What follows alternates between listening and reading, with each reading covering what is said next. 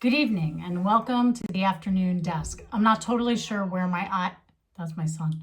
I'm not totally sure where my eyes are supposed to go, so I'm just going to kind of read from the computer. On the subject of nuclear war, I asked ChatGPT, let's talk about what happens to the oil that is the resource most valuable to the region and the country wanting to wage nuclear attack. And this is what he said. Well, he said yes, that's the more strategic question. And it's actually a very strong afternoon desk angle. Not who's attacking whom, not imminent threat, but would nuclear force destroy the very resource being fought over? The answer is very possibly yes, especially if the detonation is near oil fields, refineries, ports, pipelines, storage tanks, or shipping corridors. Core point. Oil is not just underground liquid, it is an entire system. Fields, wells, pumps, pipelines, refineries, ports, tankers, insurance, markets, workers, water, and electricity. A nuclear event could damage or contaminate multiple parts of that chain at once. What happens to oil infrastructure? Oil fields and wells. Blast and ground shock could destroy wellheads, pumps, rigs, control systems, and roads. Fires could ignite. Even if the underground reservoir remains, the ability to extract safely could collapse. 2. Refineries. Refineries are extremely vulnerable because they contain flammable liquids, pressurized systems, chemical processes, storage tanks, and power systems. A nuclear blast or thermal pulse near a refinery could create catastrophic fires and secondary explosions. Catastrophic. Why can't I say that word? I don't know. Okay, 3. Pipelines and ports. Pipelines can rupture. Pump stations can fail. Ports can become unusable from blast damage. Radiation exclusion zones, debris, and insurance shutdowns. Even if oil technically exists, it may not be movable.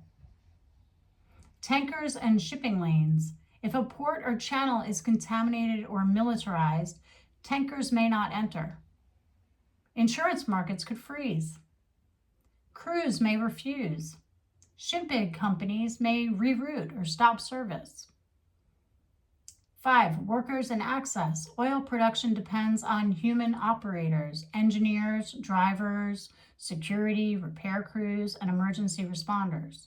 If the area is radioactive, evacuated, or under military quarantine, the resource becomes stranded. The contamination issue. A nuclear weapon would not necessarily radioactivate deep underground oil in a simple cartoon way. But if fallout contaminates the surface environment, then everything required to access the oil becomes compromised. Soil, roads, equipment, water, air filters, pipes, tanks, and workers' exposure zones. This doesn't sound very good, does it? So the better phrasing is, the oil may remain underground, but the oil system above it can become unusable, unsafe, uninsurable, or politically impossible to operate.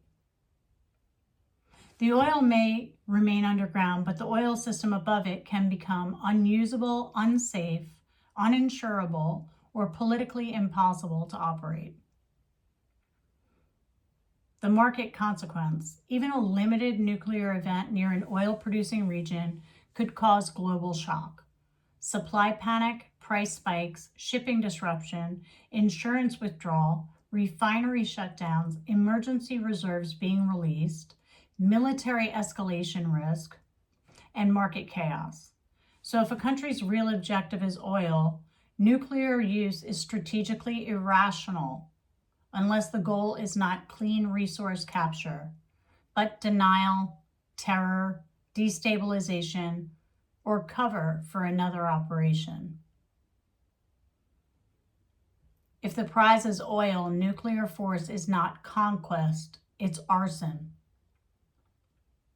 Oil is not just a thing in the ground. Oil is an ecosystem of wells, workers, refineries, pipelines, ports, tankers, insurers, electricity, water, and political permission. A nuclear event doesn't just threaten people and land, it threatens the entire machinery that makes oil valuable. So before anyone talks casually about a nuclear strike in an oil region, a big yellow glow, ask the obvious question. Are they trying to take the oil or make sure no one can use it?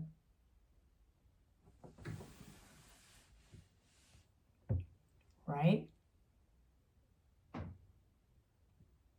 Something to think about.